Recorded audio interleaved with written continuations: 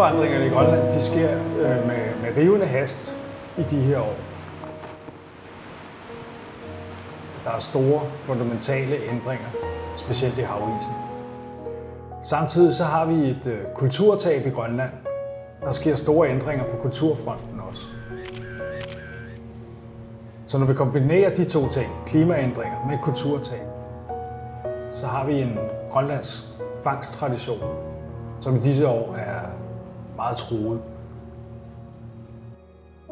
Det haster for mig som fotograf med at komme til Arktis, til Grønland, og dokumentere de her ting med mit kamera. Jeg føler, at jeg bliver nødt til at tage tilbage år efter år for at fotografere de her ting, før de forsvinder. Det er helt sikkert, at tingene vil ændre sig inden for de nærmeste par år. Grønland er et fantastisk smukt sted.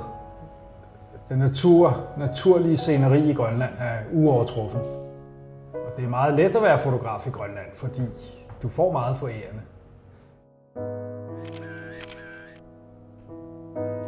Men det jeg gerne vil med mine billeder, jeg vil gerne op bag den her skønhed. For Grønland er også ekstremt hårdt, ekstremt barskt. Det er et hårdt sted at overleve, hvad enten du er dyr eller menneske. Det vil jeg gerne skildre med mine billeder.